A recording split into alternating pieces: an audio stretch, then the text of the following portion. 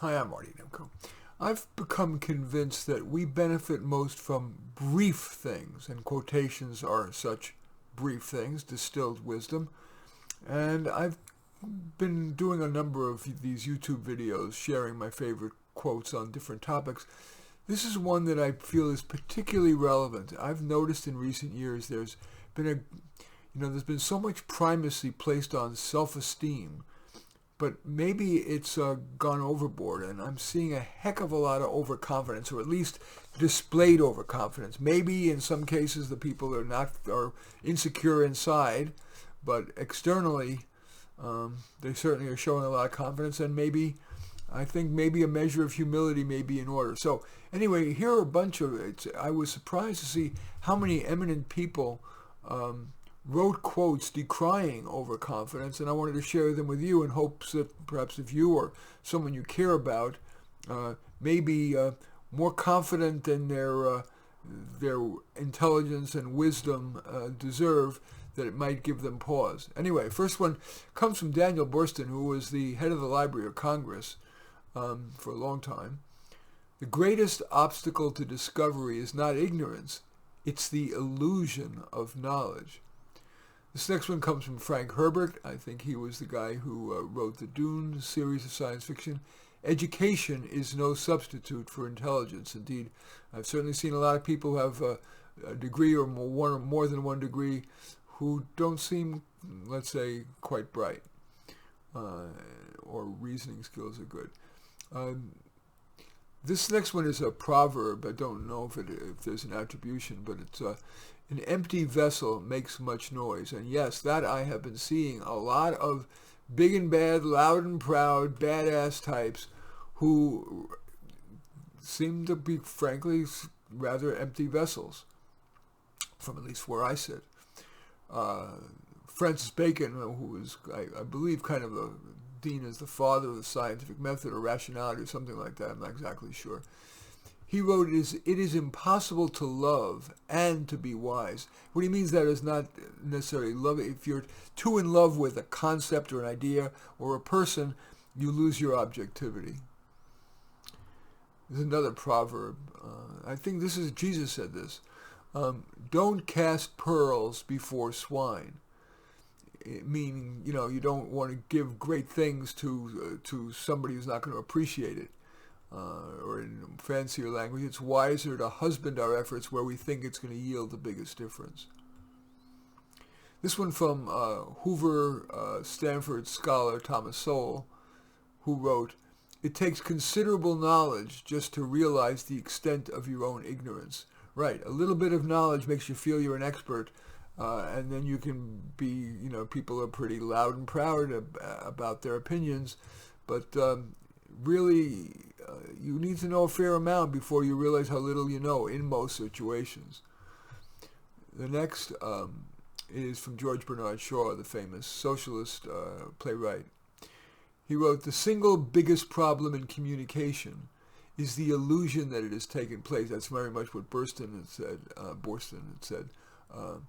We communicate, we think we're being clear, as I'm trying to be here, but I can't be sure. But I can promise you that I'm giving you my every best effort to try to be clear and helpful. Okay, the next from the famous psychologist, one of the founding fathers of the whole field of psychology, William James.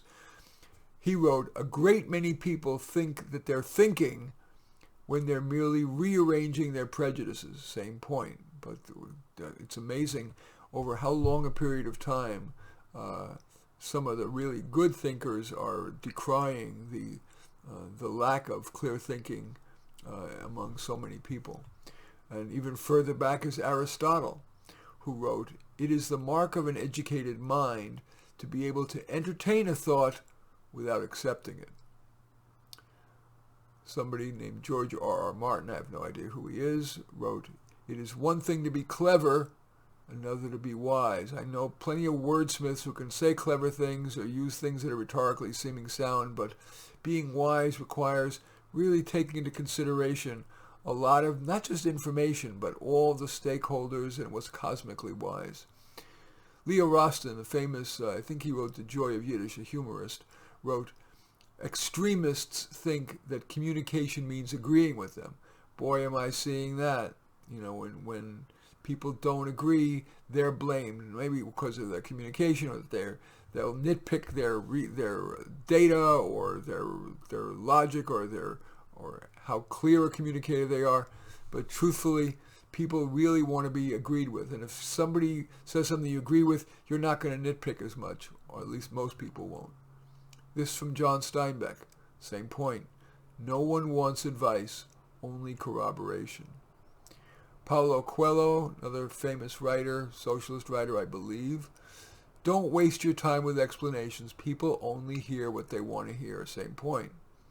This from the eminent to pop psych guy. I think this guy wrote "Don't Give a Fuck What People Say." His name is Mark Manson or whatever, and his quote is, "Just because you're offended doesn't mean you're right."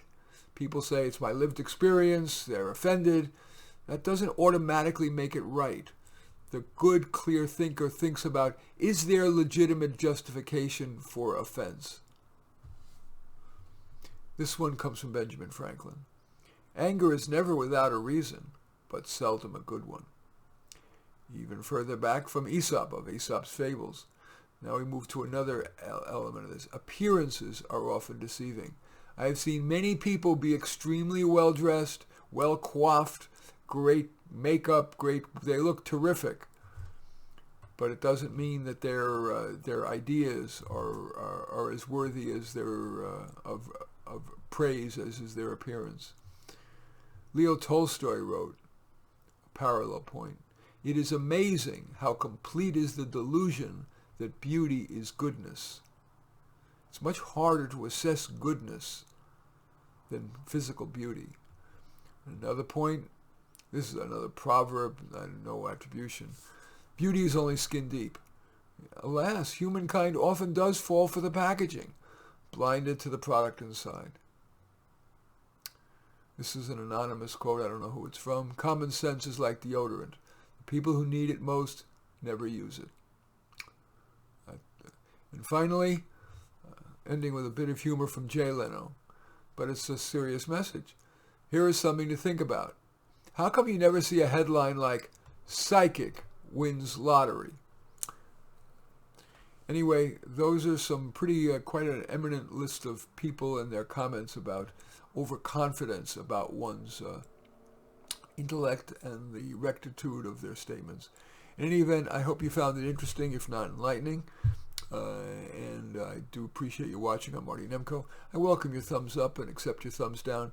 I always look forward to your comments, and especially like it if you hit the share button below. Share on your social media so that my efforts can have broader impact. And I am flattered if you choose to subscribe to my channel. In any event, I do thank you for watching. I'm Marty Nemko.